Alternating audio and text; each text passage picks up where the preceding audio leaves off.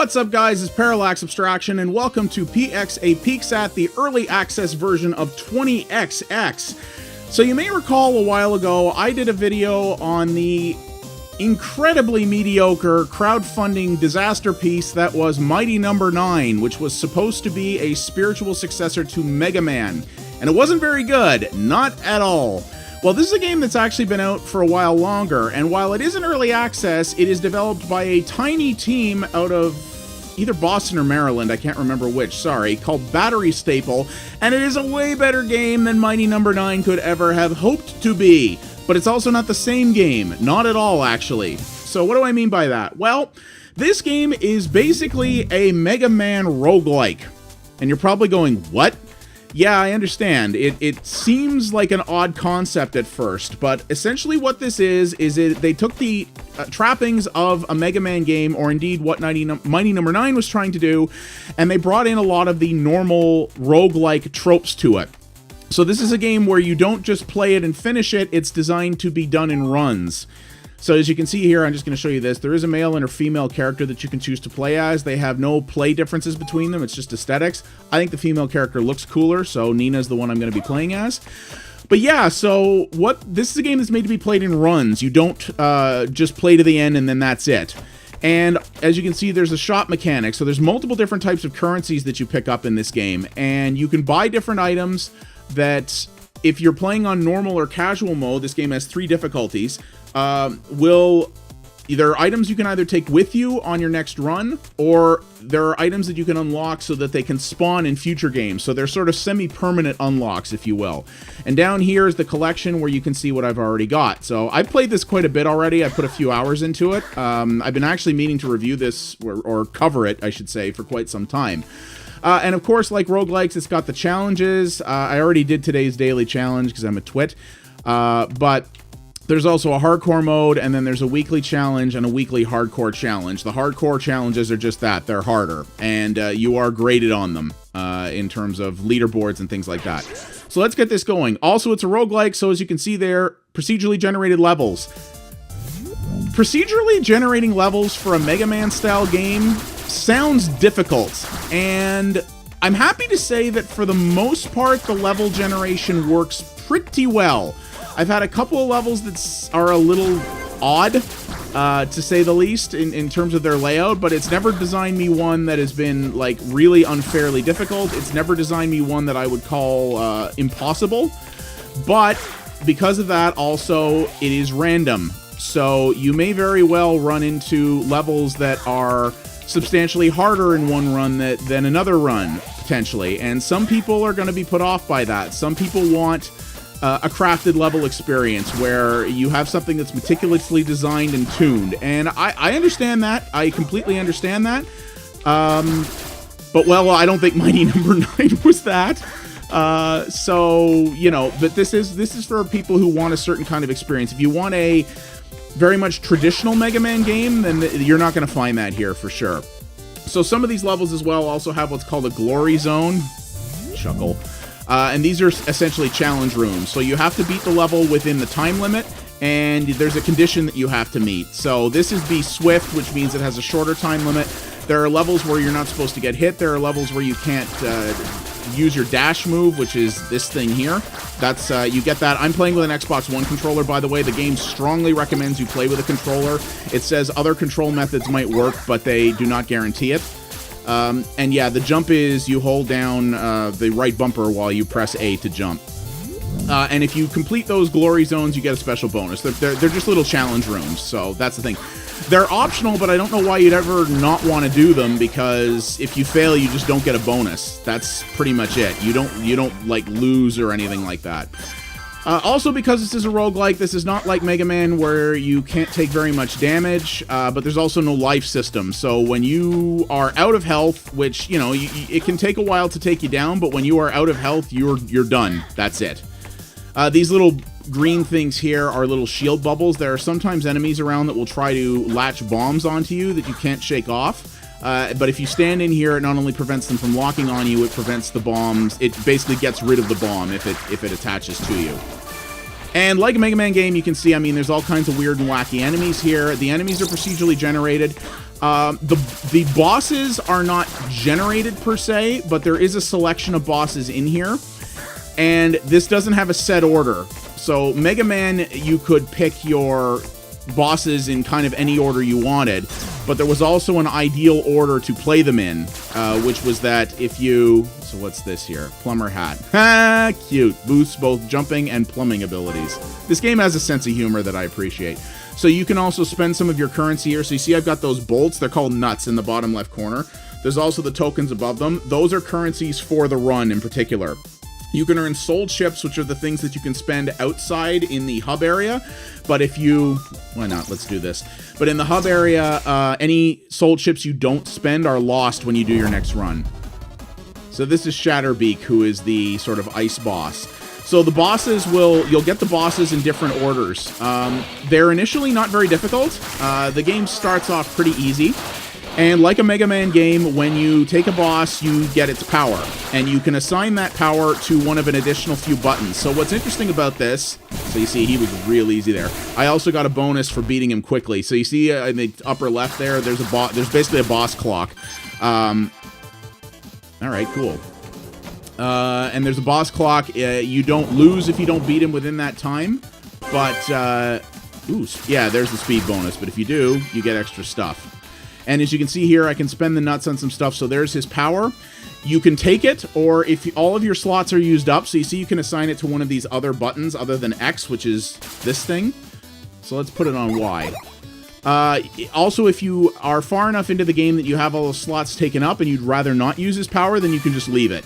So there's that too. And then you pick your next boss. So we have Twin Astrals, which is the Vaculab, Rollster, which goes to Agnisort, or Vile Visage, which is Frostor. Let's go see what Rollster is. So you have to pick one of the bosses that it picks out of the layout for you. The other thing with Mega Man is it had an optimal boss order in every game. So you could do the bosses in any order you wanted, but if you knew the optimal order, certain bosses would have basically special weapons, powers that you could get from other bosses. So there's the ice gun there. That would allow you to take them out much easier. Especially in games like Mega Man 2, some of the bosses were pushovers if you used the appropriate gun with them.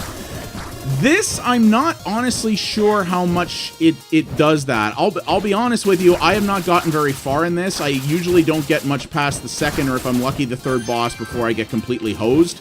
So I'm not sure if certain bosses have hard counters. I'm certain they do. I mean...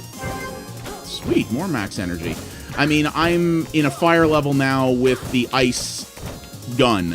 I'm gonna guess, if I can get to this boss, that it will do more damage to him, but I don't know. So I can't say that for certain, but we'll see what happens here.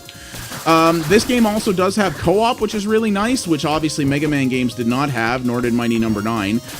You can play it locally. There is online play in it, but it's hyper... The game basically says it on the menu. Maybe I'll show you when I get back. It's super, super alpha, and they actually straight up say, may very well not work, and it basically doesn't. I have managed to get match made a couple of times now, but every game I've gotten into has been super laggy to the point of unplayable. But they are straight up about it. They say, hey, this is an alpha. It's not done yet.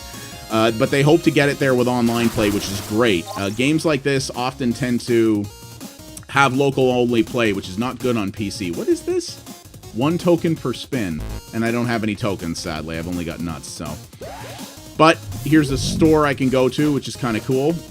Max energy up again. Max health +2 is actually a good one. Enemies drop more nuts, can be handy. Nut find. And then we'll buy a little notch of health there, which I actually didn't need because I'm an idiot. So, oh well. So let's try this guy out. Let's see what the ice beam does to him. I love the art in this, by the way. Like, we haven't even talked about the aesthetics yet, but this game... Like, I'm sorry, Mighty Number 9 looked bad. It got... Oh, yeah, wow, this does crazy damage. Okay, so yes, there are hard counters. There are most certainly hard counters. I am wrecking these guys with this. Okay, I like that. And I have 2 minutes and 7 seconds left on the shot clock. Holy hell, man. We already got the plumber's hat, but that's okay. What do we get? Increase attack and move speeds. All right. Let's boost the max health again. Why not? I don't know what these two, like, Muppet balcony guys are there, but let's go check the perforator. And so you're sort of seeing the idea here is, oh, it's another hot level, so yeah, so the proceduralness of it, it might be a turn-off to some people, but I actually think, given the type of game this is, it's working very, very well. I actually think it's cool, and the levels are challenging, but none of them are too ridiculous. And yeah, I love the production value in this. Mighty Number 9 got super overfunded, was ridiculously delayed, and received not only a substantial visual downgrade, but the art style in that game was just plain bad. I didn't like the look of it at all. This looks fantastic. It runs at a buttery smooth 60 frames a second. The models and animations are great. The parallax scrolling effect, yes, I said it, is really, really nice. The environments are good. I honestly, it is incredible to me that a tiny team that's been living off of early access funding, that didn't even crowdfund anything, did so much better a job than Concept and Inti Creates with a ton of crowdfunding money. Like, it just shows you what a friggin' nightmare of a project Mighty Number 9 became. They really have no excuses when put up against this. And yeah, it's got really excellent chiptune music that sounds like something you'd hear out of a Mega Man title. Obviously, this couldn't be played exactly on an NES, but it still has the vibe very well. Again, much better than, well, Mighty Number 9, if you turned the retro music mode on, was actually alright. Ooh, jeez, I screwed that up. But yeah, you sort of get the idea here. You play a Mega Man-like game, but your goal is to maximize individual runs, so that you can replay this multiple times if you want. And we haven't even shown you the, higher difficulty modes yet, which have something kind of like Halo skulls in them. Basically, in the hard mode, you not only don't get any of the special bonuses that you can buy in the hub area, but you also get, I still don't have any tokens, dang it, but you still get let's just move in here. But you can also pick skulls, which are basically modifiers that allow you to purposely make things way harder on yourself if you want. And there's bonuses and rewards for doing that, also just being a badass. Now, I have never fought this guy before, so darn it. Okay. Thankfully, I'm still able to hurt him with this. Of course, I don't want the video to be super, super long, but this is like one of the best runs I've ever had playing this game. Oh, crap. Actually, I spoke too soon. See, that's what happens when you jinx yourself. Oh, I got him. That ice gun is brutal, but I'm also suspecting that's probably because of the area that we're in. So, shoots mostly straight and super... Vera! Oh my god, that is a lovely Firefly reference. So is this? Call it Vera. Oh, that's fantastic. What else do we got here? Kerr Gatekeeper. I don't know this one. And I'm impressed, too, with how sort of advanced some of these levels are. It generates them crazy quick. I mean, yeah, I'm on a beast of a computer, but even in spite of that... Okay, so that's that's Vera. That's actually real handy, too. Oh, and it can go on multiple planes. Get too far here, but this is a really cool level. But you see what I mean? And I like this color scheme that they use in this. It's very bright, very sort of primary colors. It's a weird thing to say, but it reminds me in some ways of almost like Amiga artwork in some ways. Like, this is higher detail, obviously higher resolution than you get out of an Amiga, but it feels, I don't know, inspired by that, I guess. It's hard to really put into words, but playing this reminds me of what Amiga game. It reminds me of Amiga games somehow with its look. Oh jeez. Oh wow. That didn't go so well. So at least there's no fall death here anyway. I'm gonna die here. You know what? Let's just do this so that I can show you some of the other stuff, and we can show you what happens at the hub world. So that's it. Run over. But you get a whole bunch of statistics. There's also a permanent stats screen on the main menu that tracks everything that you can refer to later if you like and break down. That was a pretty good run, actually. And there's a fantastic jeering comment at the end, of course. I know we're supposed to be improving it, but it's so fun watching it stumble around and die. Department of Snuff runs. It's just, whatever. I don't know. This game has a funny sense of humor. I like it, to be honest with you. So I have 15 soul chips here, so I can buy all kinds of stuff now. Unlock regenerative, plus 2 HP at level start. Boost health and power, cost speed, or enemies drop more energy. I like this, actually. So again, I probably do want to spend these, because if I don't, I lose them. So you're sort of getting the idea here, and here's the sort of the pause screen where you can get access to all the various things you have. You can see where things are assigned, things like that. There are settings you can change. The controls settings in this are crazy advanced. There's really nothing to change in terms of display options. It's either borderless window, full screen with VSync on or off, and that's pretty much it. And you pick your res, obviously. But you can change a crazy amount of other stuff here, including you can hide the damage numbers and the item numbers, everything like that. You can even change the screen shake intensity for people who might get motion sickness. You can also display the total time of your run, which I think is kind of cool. I'm going to leave that off because I don't think you want to do that. Has a UI scale slider too, which is nice if you're going to move to television. If you have a big TV that you're not sitting near, you can boost up the UI like that. That's cool. Let's do the daily hardcore run here. So, well, actually, before that, let's show you what happens here when you do the Defiant mode. So you see what I mean? These are the skulls. So basically, you can see here, all levels are longer. Prepare for the longest journey. I wonder if that's a reference. Wow, that's deep. No health items drop, ration well. No nuts drop, make your own way. And there's a couple I still have locked here. Enemies act faster. So, and when you play the Führer mode, you can turn as many of these on as you want to make the run harder for yourself. You know, roguelike players like punishment. At least they should. So that's the way that goes, right? And then what the daily hardcore is it has a selection of skulls pre-turned on. The game runs at 150% speed. Enemies have more health, and no health items drop. Yeah, like getting kicked in the nuts?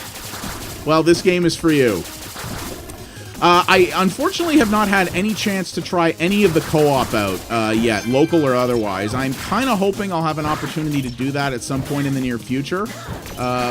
We're having a LAN party at my work next weekend, but I can't tell you how well it works. I suspect the local is fine, though. I'm sure they put some effort into that. And frankly, just finding the ability to put co-op in a Mega Man-style game is something that I really appreciate. I like that they put that effort in. Wow, did I fail at that.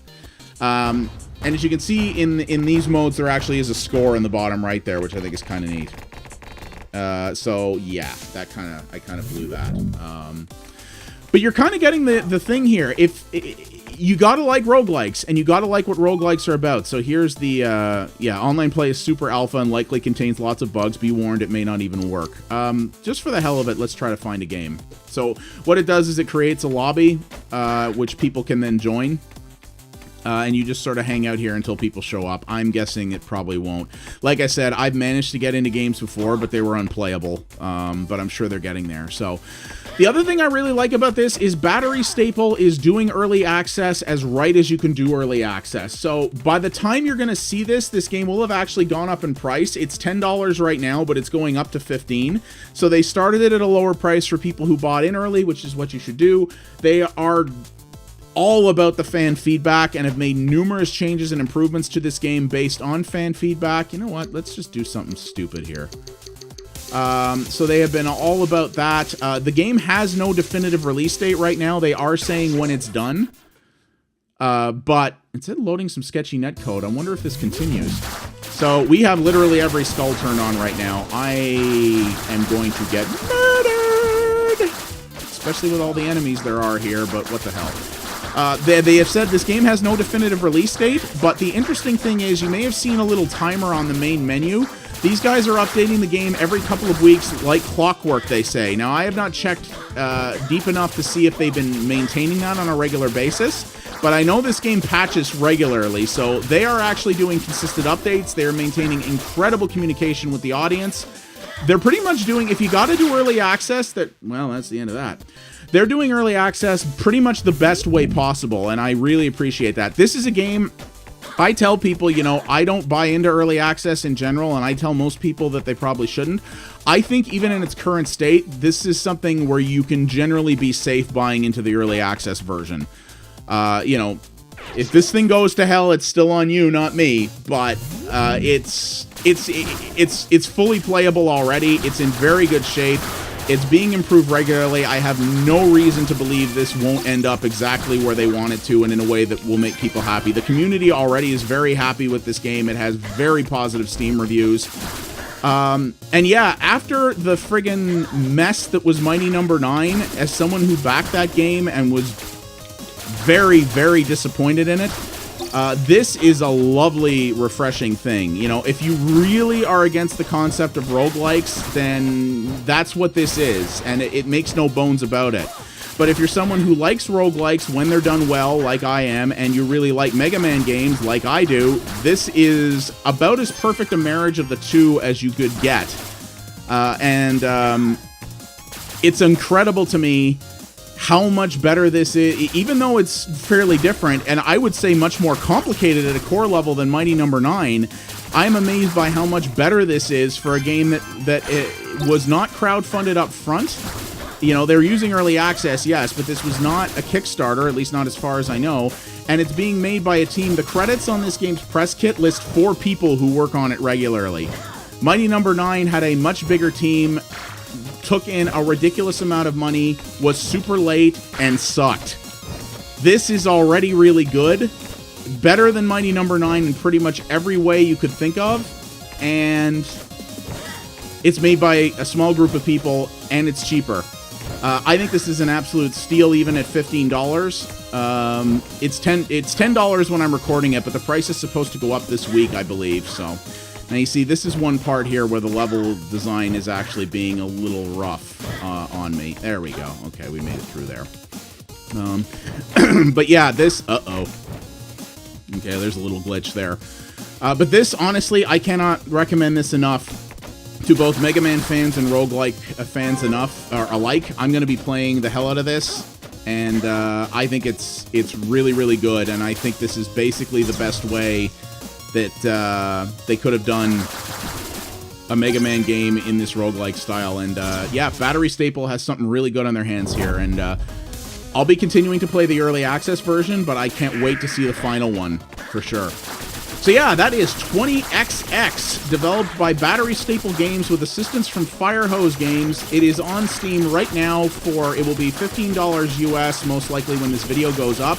You can check if I get the video out early and it's still $10, then I would absolutely dive on it while the discount's there. But no release date on it, but frankly, unreleased, this is already way better a game than Mighty Number 9 ever was. So there you have it. My name is Parallax Abstraction. Thank you guys very much for watching. If you liked what you saw here, please consider liking the video and subscribing to the channel. That does help me out a great deal. And I will see you guys next time. Take it easy, guys.